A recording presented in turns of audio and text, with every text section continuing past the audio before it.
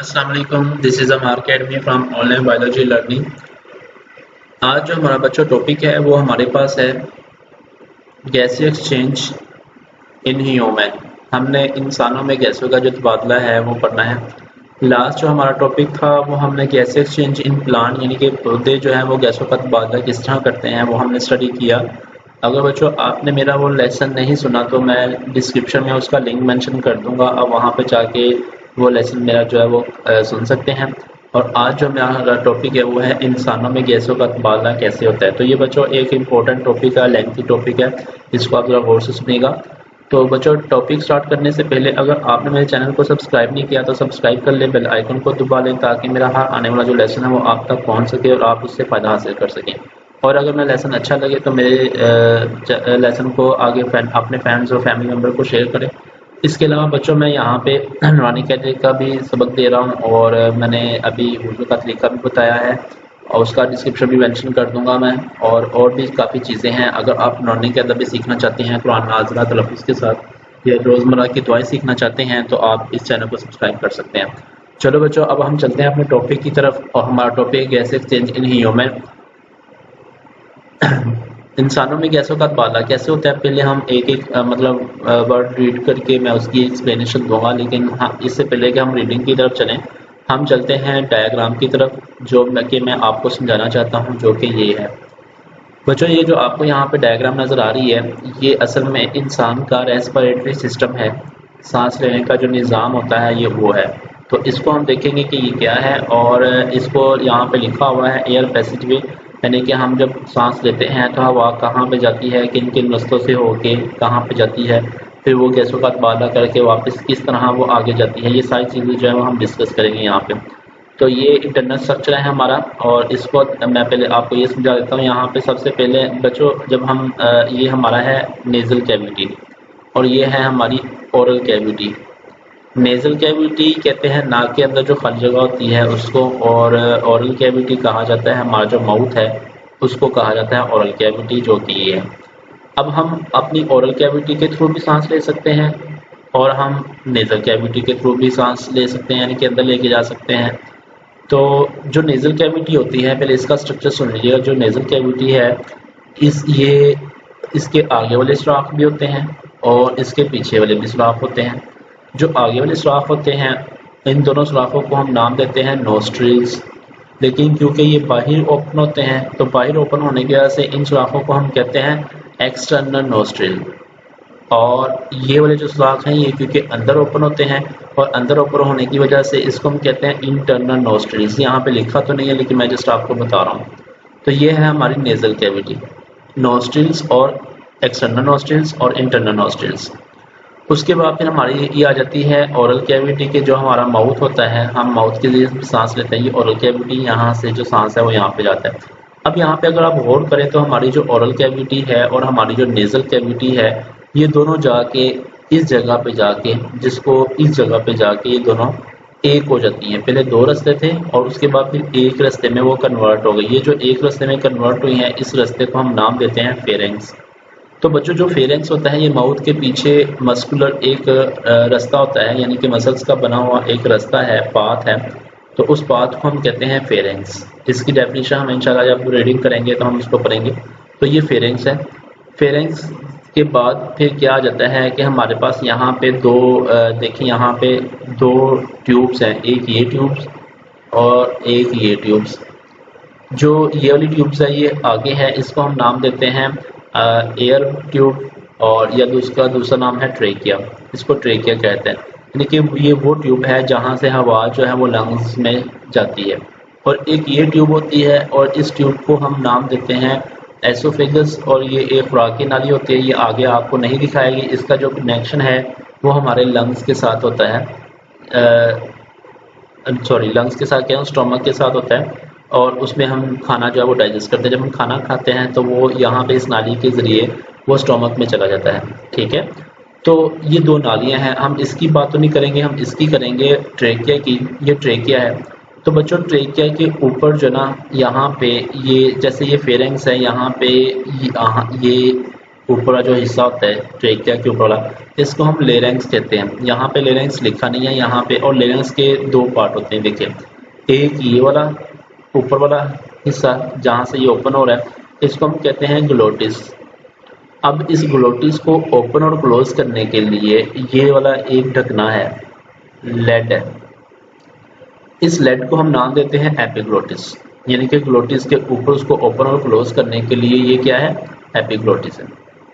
ठीक है, ये एपिग्लोटिस का काम क्या है कि जब हम खाना खाते हैं तो खाना जो है वो हमारी ट्रेकिया में जाने की कोशिश करता है, लेकिन ये जो एपिग्लोटिस है ये ट्रेकिया को यानी ग्लोटिस को क्लोज कर देता है, जिसकी वजह से ये होता है कि हमारा खाना यहाँ पे जाने की बजाय सीधा जो है ना वो खुराक की नली में चला जाता है। ठीक है, ये इसका काम होता है। तो ये आपने अपनी 9th क्लास में चैप्टर नंबर 8 में डिटेल में जब आपने डाइजेशन पढ़ी थी इंसान की, तो वहाँ पे आपने डिस्कस किया था। मैं जस्ट आपको फिर दोबारा वही जो है ना वो रिपीट करवाना चाह रहा हूँ। तो ग्लोटस और एपिग्लोटिस होता है, जो एपिग्लोटिस उसको ग्लोटिस को ओपन और क्लोज करता है, और ये हिस्सा कहलाता है लेरेंक्स। अच्छा, अब ये जो लेरेंक्स होता है, इस लेरेंक्स में क्या होती हैं कि आवाज़ साउंड पैदा करने वाले जो दो आलात होते हैं, जिसको हम वोकल बॉक्स कहते हैं। ठीक है, क्योंकि आपको पता है कि हम सांस तो 24 घंटे लेते हैं, और हमारा जो सांस का सिस्टम है वो यहाँ से ओपन और चलता रहता है, और जब मतलब हम सांस लेते हैं तब भी हवा गुजरती है यहाँ पे, जब हम सांस रिलीज करते हैं तब भी यहाँ से जो एयर है वो यहाँ से पास करती है। उसकी वजह से पास करने की वजह से ये होता है कि यहाँ के जो वोकल कॉर्ड होते हैं वो हवा की वजह से वाइब्रेट करते हैं, और जब वाइब्रेट करेंगे तो वाइब्रेशन की वजह से क्या होता है, साउंड प्रोड्यूस होता है। बच्चों, अगर जब आप बात कर रहे हो तो आप गले में हाथ रखिएगा, आपको खुद ही फील हो जाएगा कि हमारे गले में जो ना वाइब्रेशन हो रही है, और उस वाइब्रेशन से जो ना वो साउंड प्रोड्यूस होता है। तो ये यहाँ पे लेरेंक्स में ही जो ना वो वोकल कॉर्ड होते हैं। अब हम चलते हैं आगे नीचे, तो नीचे जो हमारे पास है ट्रेकिया है, ये ट्रेकिया सारा का सारा है, ये वाला यहाँ तक, जहाँ तक ये दो हिस्सों में डिवाइड नहीं होता, ये सारा ट्रेकिया। अब ये जो ट्रेकिया है ये हवा की नाली है, और यहाँ पे ना ये जो आपको लाइंस नज़र आ रही हैं बच्चों, तो ये लाइंस जो है ना ये हमारे पास पट्टियाँ बनी हैं, जो कि क्या करती हैं कि ये काम करती हैं कि अगर हमारा सांस जो है वो मतलब ना थोड़ी देर के लिए स्टॉप हो जाए, या जैसे कि हम कर भी लेते हैं, तो अगर इसमें हवा मौजूद ना भी हो तो ये जो सी टाइप की कार्टिलेजिनस रिंग्स होती हैं, कार्टिलेज की बनी हुई रिंग्स होती हैं। कार्टिलेज बच्चों होता है कि वो नरम हड्डी को हम कार्टिलेज कहते हैं, तो इसलिए ये कार्टिलेज की बनी हुई रिंग्स होती हैं, और ये क्या करती हैं कि ये जो यहाँ से हवा होती है इस पाइप को क्लोज नहीं होने देती, क्योंकि अगर ये क्लोज हो गया 5 मिनट के लिए या 5 सेकंड के लिए भी, तो फिर ये है कि यहाँ से हवा को स्टॉप हो जाएगी और हवा लंग्स तक नहीं जाएगी, और जब हवा लंग्स तक नहीं जाएगी तो बच्चों हमारा जो ना वो सफोकेशन का अमल होगा, और उसकी वजह से फिर क्या होगा कि डेथ भी हो सकती है। तो ये इसलिए अल्लाह ताला ने यहाँ पे बनाई है कि ये इसको यहाँ पे जो ना वो आप मेंटेन करके रखें। तो ये सी टाइप की जो ना वो होती हैं, और इस कार्टिलेजिनस रिंग्स होती हैं, जो कि क्या करती हैं कि जो पाइप होता है, ट्रेकिया होती है, उसको ओपन करके रखती है। जब ट्रेकिया यहाँ पे ख़त्म हो जाती है तो बच्चों ट्रेकिया फिर आगे दो हिस्सों में डिवाइड हो जाती है। ये देखें, एक राइट साइड यानी कि राइट लंग्स में जा रही है, और एक लेफ्ट साइड यानी कि लेफ्ट लंग्स में जा रही है। ठीक है, जब ये दो हिस्सों में डिवाइड होती है तो इन दो तब इसको नाम दिया जाता है ब्रोंकाई। ये ब्रोंकाई है। अब यहाँ पे भी ब्रोंकाई में भी देखें तो यहाँ पे भी कार्टिलेजिनस रिंग्स हैं, और यहाँ पे भी कार्टिलेजिनस रिंग्स हैं। ये जो कार्टिलेजिनस रिंग्स हैं यानी कि रिंग्स जो बनी है, ये वही काम करती है जो यहाँ पे ये काम कर रही होती है। अब ये है कि जो ट्रेकिया था ये एक बड़ा पाइप था, उसके बाद फिर ये ब्रोंकाई दो हिस्सों में डिवाइड हुई, तो ये जो पाइप है थोड़ा सा छोटा हो गया। अब मज़ीद इसने छोटे छोटे ब्रांचेस में डिवाइड होना है, और जब ये मज़ीद छोटे छोटे ब्रांचेस में डिवाइड होगा, जैसे कि आपको यहाँ पे ये नज़र आ रही हैं छोटी छोटी ब्रांचेस, थ्रेड लाइक स्ट्रक्चर नज़र आ रही हैं। तो ये जो ब्रोंकाई है ये मज़ीद छोटी नाली में जब डिवाइड होगी तो ब्रोंकाई डिवाइड होने के बाद बन जाएंगी ब्रोंकियोल्स। इनको हम ब्रोंकियोल्स कहते हैं। अब देखें कि जो ब्रोंकाई है वो मज़ीद छोटी हिस्सों में डिवाइड होकर पूरे लंग्स तक फैली है, और पूरे लंग्स में जो ना वो क्या करती है, हवा को पहुंचा देती है, और इसको हम कहते हैं ब्रोंकियोल्स। यहाँ पे भी देखें ये सारी की सारी ब्रोंकियोल्स है। जब ब्रोंकियोल्स हो जाती हैं तो बच्चों ब्रोंकियोल्स को मज़ीद अगर हम माइक्रोस्कोप में ओपन करके देखें, ये देखिए थोड़ा सा इसका ब्रोंकियोल्स का हिस्सा लिया और इसको माइक्रोस्कोप में देखा, जब हमने इसको माइक्रोस्कोप में देखा तो हमें ये चीज़ नजर आई, जैसे कि आपको यहाँ पे डायग्राम में नजर आ रही है। अब ये क्या चीज़ है बच्चों, ये हमारे पास है कि देखें ये एल्वियोलर डक्ट है, ये एक नाली है जिसको हम नाम देते हैं एल्वियोलर डक्ट ये। और ये एल्वियोलर डक्ट जो है ये पाउच लाइक इस टाइप की जो ना वो पाउचेस होती हैं जो कि छोटी छोटी होती हैं और इनको हम नाम देते हैं एल्वियोलाई। इस एल्वियोलाई के पास कैपिलरी और आर्टरीज होती हैं, ये कैपिलरी और आर्टरीज दोनों चीज़ें जो ना वो यहाँ पे मौजूद होती हैं और जो क्या करती हैं, जो गैसों का तबादला करती हैं। असल में बच्चों यहाँ पे एक एमसीक्यू जाता है कि एयर पैसेज वे में यानी कि इंसानों में गैसों के तबादले के लिए कौन सा ऑर्गन मौजूद है, तो वहाँ पे 4 ऑप्शन दी जाती हैं जिसमें नेज़ल कैविटी, ओरल कैविटी और ब्रोंकाई, इसके अलावा ये एल्वियोलाई, इस तरह के ऑप्शन होते हैं। बच्चों उस वक्त आपका ये ख्याल होता है, अक्सर स्टूडेंट ये समझते हैं क्योंकि हम सांस जो है वो अंदर लेके जा रहे हैं और बाहर निकाल रहे हैं नेज़ल कैविटी के ज़रिए या ओरल कैविटी के ज़रिए, तो फिर यही ऑप्शन ठीक है। तो बच्चों ये तो जस्ट एक रास्ता है जहाँ से गुजर रहा है, गैसों का तबादला यहाँ पे नहीं होता, ये बात आपने याद रखनी है। नेज़ल कैविटी में और ओरल कैविटी में गैसों का तबादला नहीं होता, ये जस्ट एक पास है, एक रास्ता है जहाँ से वो गुजरते हैं। गैसों का तबादला जब यहाँ पे आने के बाद ब्रोंकियोल्स में और फिर उसके बाद एल्वियोलर डक्ट में, एल्वियोलर डक्ट के बाद फिर यहाँ पे आती है एल्वियोलाई में। तो एल्वियोलाई में ये देखें यहाँ पे आर्टरी और वेन्स होती हैं और ये क्या करती हैं, ये गैसों का तबादला करती हैं।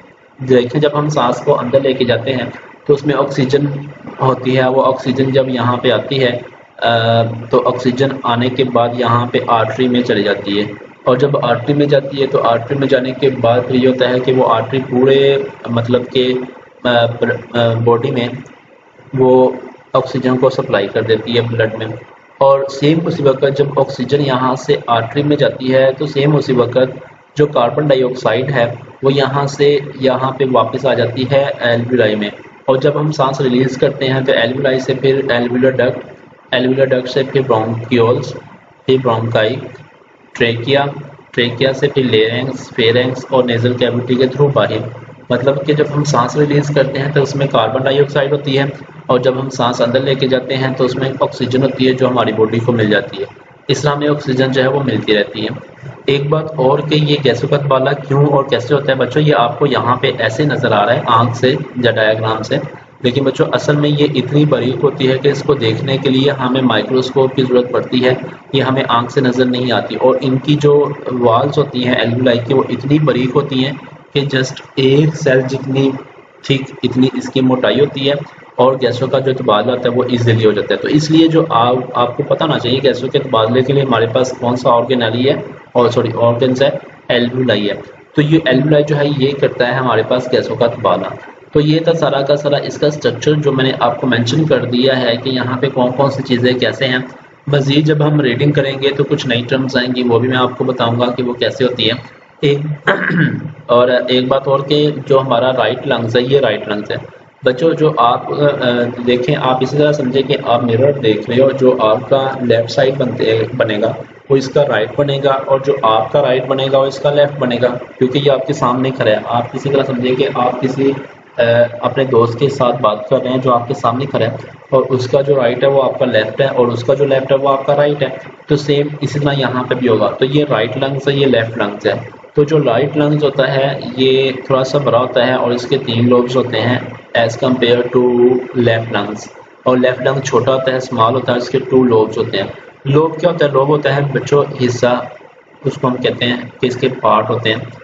इसके अलावा मजीद और क्वेश्चन भी होंगे, जैसे मैंने यहाँ पे बताया नहीं है लेकिन मैं आपको अभी बता देता हूँ कि नेजल कैविटी में यहाँ पे म्यूकस होता है, इसकी दीवारों में म्यूकस होता है और म्यूकस के साथ साथ और क्या होता है, बाल होते हैं जो क्या करते हैं, ये 2 काम करते हैं। वो एक क्वेश्चन भी आता है what is the function of mucus, तो वो ये है कि जो म्यूकस है वो जब हवा जाती है बॉडी में तो उस हवा का जो टेम्परेचर है वो बॉडी टेम्परेचर के इक्वल करता है। एक तो ये काम है और दूसरा ये काम है कि जो अक्सर हम जो हमारी आबो हवा है वो इतनी गंदी है कि उसमें जर्म्स पार्टिकल्स ज़रूर होते हैं या डस्ट पार्टिकल्स होते हैं। तो ये उन जर्म्स को या डस्ट पार्टिकल्स को, बैक्टीरिया वगैरह को यहाँ पे फिल्टर करते हैं और साफ हवा को आगे भेजते हैं ताकि जो हमारे लंग्स हैं वो अफेक्टेड ना हो। तो ये हम मज़ीद इस टाइप के जो क्वेश्चन है वो हम पढ़ेंगे। तो हम आप चलते हैं अब रीडिंग की तरफ। रीडिंग करके मैं इस डायग्राम को भी दिखाऊंगा और आपको साथ साथ समझाता भी जाऊंगा। तो ये है गैस एक्सचेंज इन ह्यूमन, यहाँ से हमने स्टार्ट करना है। तो वो कह रहा है कि in human and other higher animal exchange of gases carry out by respiratory system. जो गैसों का तबादला होता है वो कैसे होता है, रेस्पिरेटरी सिस्टम से होता है। बच्चों अभी जो आपने डायग्राम में देखा है ये सारा का सारा रेस्पिरेटरी सिस्टम है, जिसमें सांस लेने के निज़ाम के मतलब जो ना वो सारी चीज़ें दिखाई गई हैं। अब इसमें यह है कि इसके रेस्पिरेटरी सिस्टम के दो पार्ट्स हैं, एक हम कहते हैं एयर पैसेज वे और दूसरे को हम कहते हैं lungs.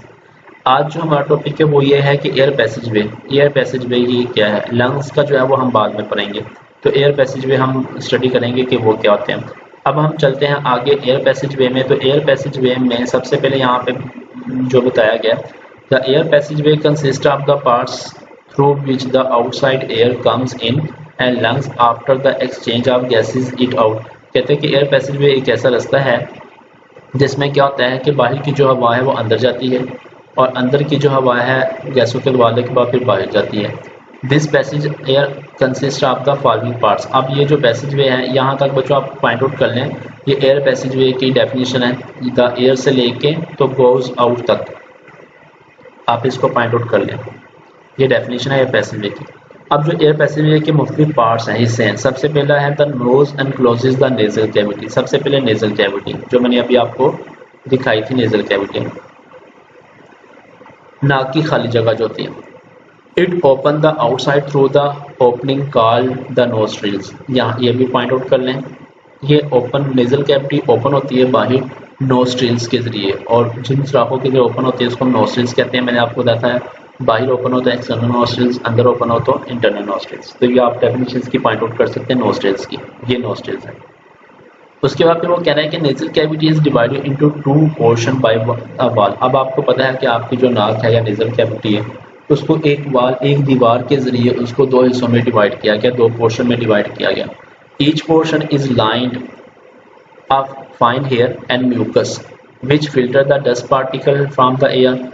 The mucus also motion the warms of the incoming air and keep the temperature nearly equal to the body. जी यहाँ तक ये बच्चों एक क्वेश्चन है, what is the function of mucus. अगर म्यूकस का काम आ जाता है तो आपने यहाँ से आपने स्टार्ट करना है, each portion is lined by the fine hairs and mucus which is filter the dust particles. एक तो ये काम करता है कि ये डस्ट पार्टिकल्स को फिल्टर करता है।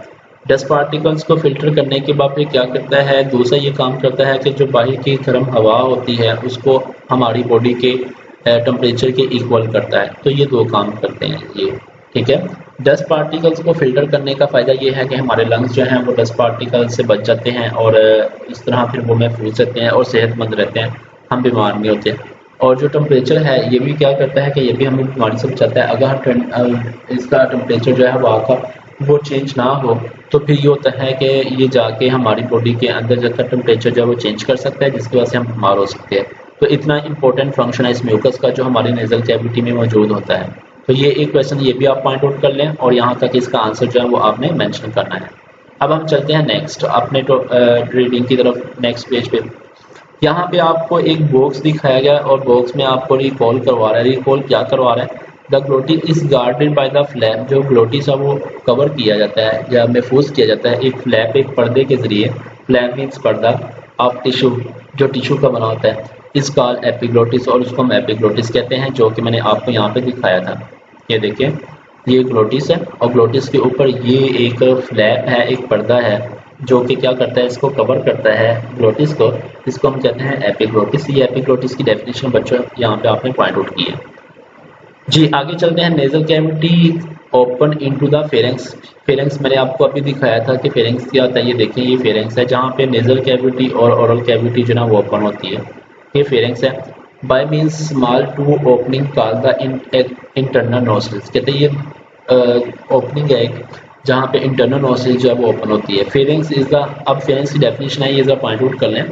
Pharynx is the muscular passage and is common in both food and air. यहाँ तक आप बच्चों इसको पॉइंट आउट कर सकते हैं। कहते हैं कि ये एक मस्कुलर पैसेज है, यानी कि मसल्स का बना हुआ एक रास्ता है जो दोनों के लिए आम है।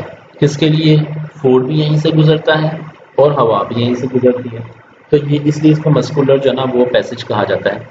It extend to the opening of the oesophagus and the larynx. जी, इसकी जो ओपनिंग है वो कहाँ पे, यानी कि कहाँ पे मौजूद होता है, ये एसोफेगस और लेरेंक्स में। ये देखिए मैंने आपको एसोफेगस दिखाया था, देखें अगर ये फेरेंक्स है तो फेरेंक्स यहाँ तक है और फेरेंक्स ही जो है ना वो ओपन होता है कहाँ पे, ये लेरेंक्स में, और ओपन होता है ये क्या है, एसोफेगस।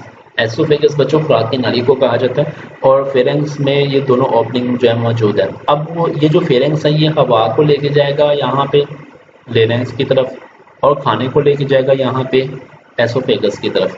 तो ये वो बताना चाह रहा है कि एसोफेगस और जो ना वो लेरेंक्स दोनों की ओपनिंग यहीं से होती है। The air goes from the pharynx to into the larynx, जो हवा है वो फेरेंक्स से लेरेंक्स में चली जाएगी। वी नो डैट, हम जानते हैं, glottis is narrow opening at the floor और the pharynx which is lead to the larynx. ये बच्चों पॉइंट आउट कर लें, ये ग्लोटिस की डेफिनेशन है। कहते हैं जो ग्लोटिस है एक नैरो ओपनिंग है, एक छोटी सी ओपनिंग है। कहाँ पे ओपनिंग है, जो कि लेरेंक्स के टॉप फ्लोर पे यानी कि यहाँ पे एक जो फर्श होता है, फेरेंक्स का फर्श है और लेरेंक्स का जो है वो लीड टॉप है, ठीक है, वहाँ पे ओपन होता है। जैसे कि मैं आपको दिखा भी देता हूँ, ये देखें कि अगर आप, ये फेरेंक्स है और ये लेरेंक्स है, लेरेंक्स का नाम इनको लिखना चाहिए था लेकिन लिखा नहीं है इन्होंने, तो ये लेरेंक्स है। अब लेरेंक्स का ऊपर टॉप बनता है और फेरेंक्स का ये फ्लोर बनता है, तो ये ग्लोटिस है, ये वो बताना चाह रहा है। तो ग्लोटिस की डेफिनेशन बच्चों पॉइंट आउट कर लें। अब हम मजीद आगे चलते हैं तो हमारे पास ये वॉइस बॉक्स की बात कर रहा है, जो मैंने आपको पहले भी बताया था। कह रहा है the larynx is a box. Larynx क्या है, एक बॉक्स है मेड ऑफ कार्टिलेज, जो कार्टिलेज का बना हुआ है। कार्टिलेज किसको कहते हैं, नरम हड्डी को कहते हैं। पॉइंट यहाँ पे इसके ऊपर लिख सकते हैं नरम हड्डी, ताकि आपको याद हो। It is present between the pharynx and trachea, ये ट्रेकिया और फेरेंक्स के दरमियान में जो मौजूद है larynx. It is called also called the voice box, इसको आवाज का पैदा करने वाला बॉक्स भी कहा जाता है। एक बॉक्स है क्योंकि इसमें क्या होता है, वोकल कॉर्ड होते हैं। अब यहाँ पे आप क्वेश्चन नोट कर सकते हैं कि हाउ साउंड आर प्रोड्यूस, ये आवाज किस तरह पैदा होती है। हाउ साउंड आर प्रोड्यूस, आवाज किस तरह पैदा होती है। तो इसका जो आंसर है वो यहाँ पे मौजूद है, 2 पेयर से लेके एम तक आप इसको पॉइंट आउट कर सकते हैं। वो कह रहे हैं कि 2 pairs of the fibrous band called the vocal cord, fibre की बनी हुई 2 पट्टियां होती हैं, फाइबर धागे नुमा स्ट्रक्चर्स होती है और फाइबर की बने हुए 2 बैंड्स होते हैं, पट्टियां होती हैं, जो जिनको हम वोकल कॉर्ड कहते हैं। Are stretch across the larynx, जो लेरेंक्स में मौजूद होते हैं। The vocal cord vibrate when the air passes, जब हवा गुजरती है तो ये वाइब्रेट करते हैं और इनके वाइब्रेशन की वजह से क्या होता है, प्रोड्यूस साउंड, आवाज़ पैदा होती है। तो बच्चों आज आपको ये पता चल गया कि आवाज़ किस तरह प्रोड्यूस होती है, ठीक है। तो ये आपने पढ़ लिया वोकल कॉर्ड और लेरेंक्स के बारे में, जो कि यहाँ पे वोकल कॉर्ड होते हैं और लेरेंक्स होता है और ये जो क्या है साउंड प्रोड्यूस करता है। अब हम चलते हैं ट्रेकिया की तरफ कि ट्रेकिया क्या है और ट्रेकिया का जो स्ट्रक्चर है वो हम नोट करते हैं। जी यहाँ पे कह रहा है कि larynx continue to the trachea, larynx जो है वो मुसलसल नीचे जाता है ट्रेकिया की तरफ, which is also called the wind pipe, और ट्रेकिया का दूसरा नाम क्या है, विंड पाइप, यानी कि हवा वाला पाइप। इसकी जो लेंथ होती है it is about 12 centimetre long, ये एमसीक्यूज में आ सकता है, 12 सेंटीमीटर लॉन्ग होता है ये, और लाई फ्रंट ऑफ द एसोफेगस, और बिल्कुल आप अपनी चेस्ट कैविटी के चेस्ट यानी कि सीने को देखेंगे, सीने के बिल्कुल सामने यहाँ पे मौजूद होता है। आगे की तरफ ये होता है और पीछे जो है ना वो क्या होता है, एसोफेगस होता है, जिसको हम कहते हैं खुराक की नाली। फ्रंट ऑफ द एसोफेगस यानी कि खुराक की नाली के बिल्कुल सामने। They are C shape cartilaginous rings in the wall of trachea. जी सी शेप की यानी कि जैसे सी है वैसे ही वहाँ पे क्या होती हैं, कार्टिलेजिनस रिंग्स होती हैं। कार्टिलेज यानी कि नरम हड्डी की बनी हुई पट्टियाँ होती हैं या रिंग्स होती हैं, कहाँ पे ट्रेकिया में होती है। ये क्या करते हैं, cartilage keep the trachea from collapsing even when there is no air. जी कोलैप्सिंग ये क्या करती हैं कि ये इसको कोलैप्स होने से बचाती हैं। कोलैप्स मतलब है पिचकना, बंद होना। तो ये ट्रेकिया को कोलैप्स होने से बचाती हैं।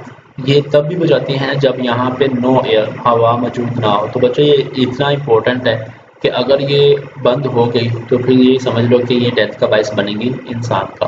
तो ये हमारे पास था ट्रेकिया और मैंने आपको उसकी कार्टिलेजिनस रिंग्स भी दिखा दी हैं। अब आपको ये भी क्वेश्चन आ सकता है what is the function of cartilaginous rings, तो आपको पता होना चाहिए और आप उसको आंसरेबल होना चाहिए आपका। अब हम चलते हैं मजीद आगे नीचे की तरफ और यहाँ पे हम चलते हैं ब्रोंकाई की तरफ, क्योंकि ट्रेकिया के बाद भी ब्रोंकाई आता है। तो ब्रोंकाई की बात करेंगे कि ब्रोंकाई क्या करते हैं।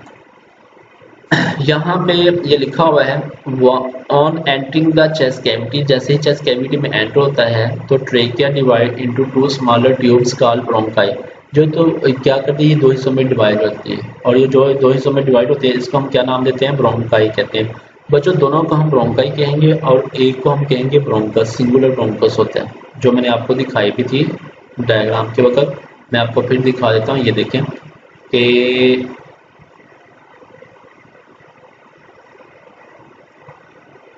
ये है हमारे पास ट्रेकिया, और ट्रेकिया दो हिस्सों में डिवाइड हो रही है और इसको हम कहते हैं ब्रोंकाई, ठीक है।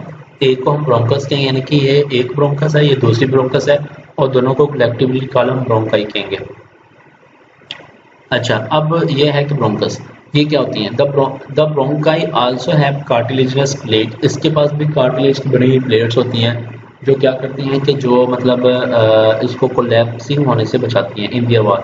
Each bronchus enter into the lungs it outside and then divide into smaller branches। फिर ये क्या होता है कि जब लंग्स में पहुंचती है तो पहले तो ये बड़ी होती है ब्रोंकाई, फिर ये छोटी छोटी ब्रांचेस में डिवाइड होना शुरू हो जाती है, और जब ये छोटी छोटी ब्रांचेस में डिवाइड होती है तो इसको हम ब्रोंक्यूल्स कहते हैं। आगे ब्रोंक्यूल्स की डेफिनेशन वजह फाइंड आउट कर लें।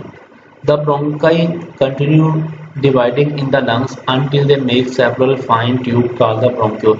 कहते हैं ये डिवाइड होना शुरू हो जाती है यहाँ तक कि छोटी छोटी फाइन ट्यूब्स बन जाती हैं जिसको हम ब्रोंक्यूल्स कहते हैं। ब्रोंक्यूल्स मैंने आपको दिखाई है जो पूरा का पूरा एक लंग्स बनाती हैं। आगे कह रहा था bronchioles progressively loss the cartilage, कहते हैं कि जैसे जैसे ब्रोंक्यूल्स छोटी होती जाती है वैसे वैसे इसमें से कार्टिलेज खत्म होता जाता है, यानी कि नरम हड्डी खत्म होती जाती है, and become narrowing the bronchioles and जब ये एंड इसके जो आखिरी किनारे होते हैं वो क्या करते हैं, fine tube called the alveolar duct. जी, एल्वियोलर डक्ट भी आपको दिखाई थी कि जब उसको मजीद अगर माइक्रोस्कोप में ओपन करके दिखाया जाए तो एल्वियोलर डक्ट होती है, जैसा कि मैं आपको फिर दोबारा दिखा देता हूँ।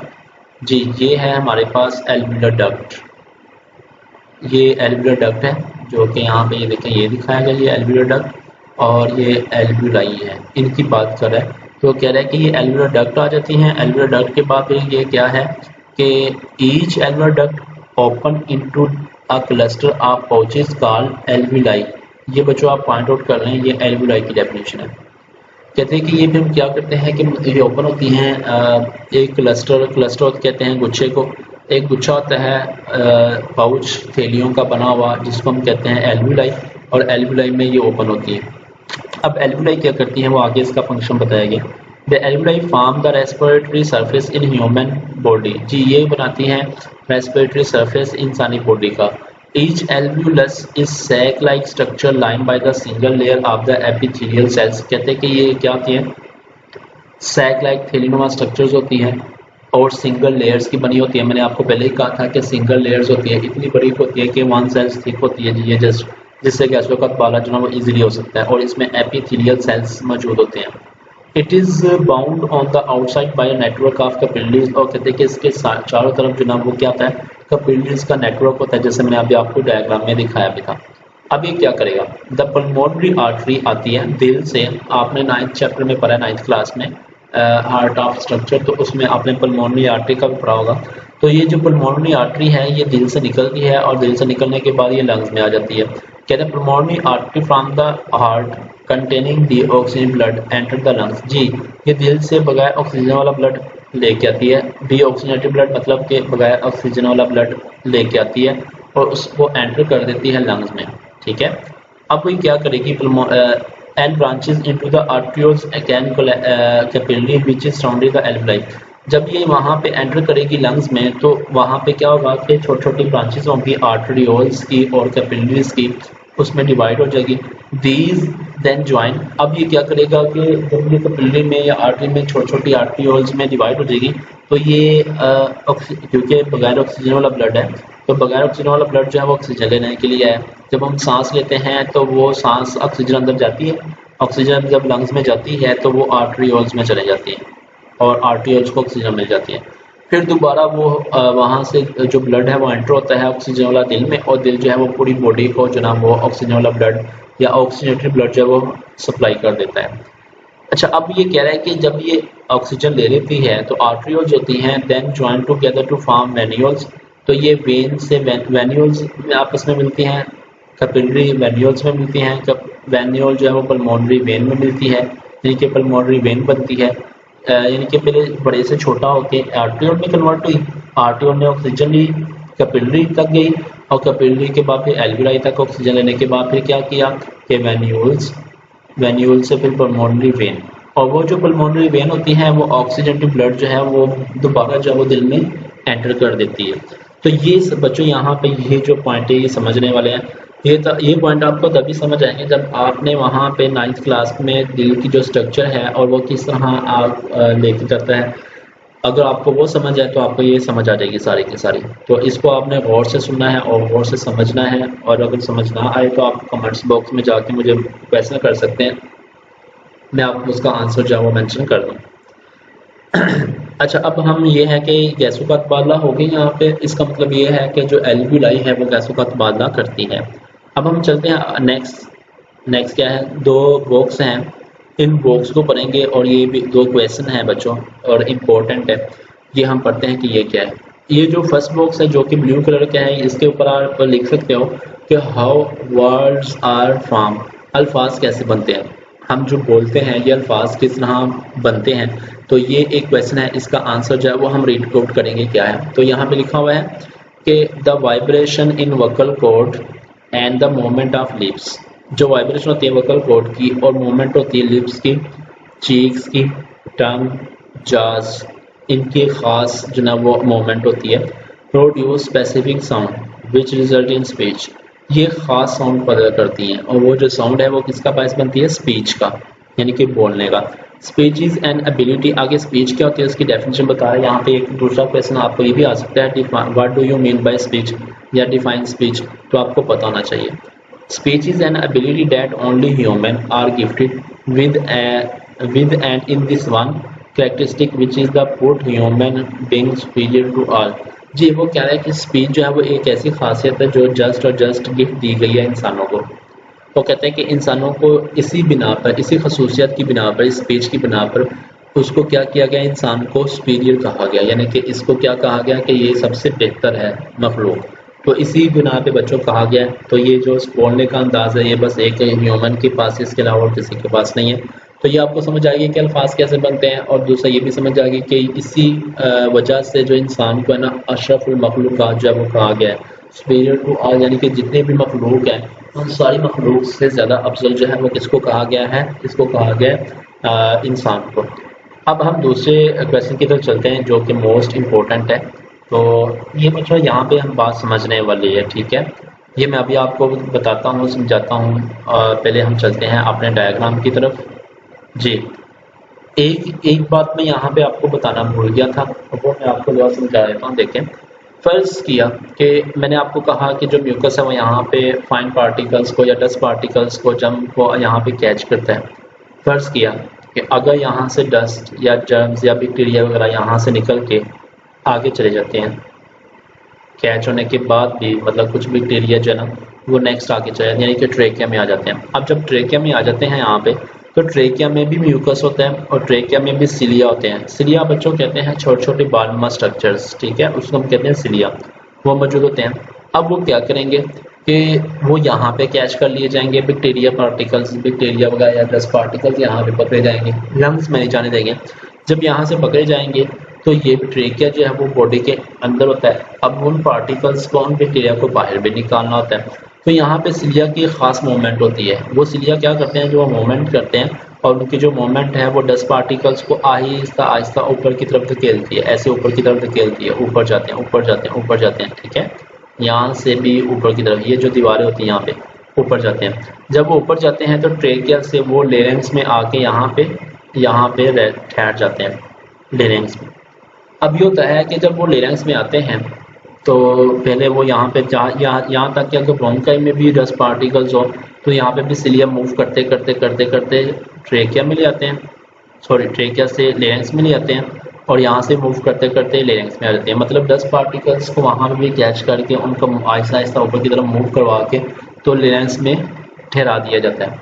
अब लेरेंक्स में जब ठहर जाते हैं तो जब हम खांसते हैं तो खांसने के साथ ही लेरेंक्स से सारे के सारे जो डस्ट पार्टिकल्स हैं और जो जर्म्स हैं वो बाहर रिमूव हो जाते हैं। इसलिए बच्चों जब भी आप खांसें तो अपने मुंह के सामने हाथ या रुमाल रखें या कोई भी ऐसी चीज़ रखें जो कि बैक्टीरिया या डस्ट पार्टिकल्स को आपके रूम में या कहीं पे भी दूसरे दोस्तों को ट्रांसफ़र ना होने दें। ठीक है, तो आजकल खास ख्याल करना है, जैसे आजकल कोरोना भी जा रहा है, इसलिए कहते हैं कि मास्क पहनो। मास्क बच्चों इसलिए कहा जाता है ताकि आपको महफूज रह सके, जो कोरोना का वायरस है वो आपकी बॉडी में एंटर ना हो सके। तो ये होता है, अल्लाह ताला ने एक ऐसा सिस्टम बनाया हमारी बॉडी का कि यहाँ से भी डस्ट पार्टिकल्स को या जर्म्स को और बैक्टीरिया को यहाँ से साफ करके जो ना वो आगे जो ना वो भेजा जाता है। ठीक है, बाहर निकाल दिया जाता है। तो ये मैंने आपको बताना चाहता हूँ, उस बॉक्स में यही मेंशन किया गया। अब हम चलते हैं अपने उस बॉक्स की तरफ, तो आपको मज़ीद जो ना वो हम बताएंगे। क्या the trachea and the bronchi are also line with the ciliated and glandular cells. जो हमारी ट्रेकिया होते हैं या जो हमारी ब्रोंकाई होती है उसके अंदर भी क्या होते हैं, सिलिएटेड यानी कि सिलिया मौजूद होते हैं, ग्लैंडुलर सेल्स यानी कि म्यूकस होता है।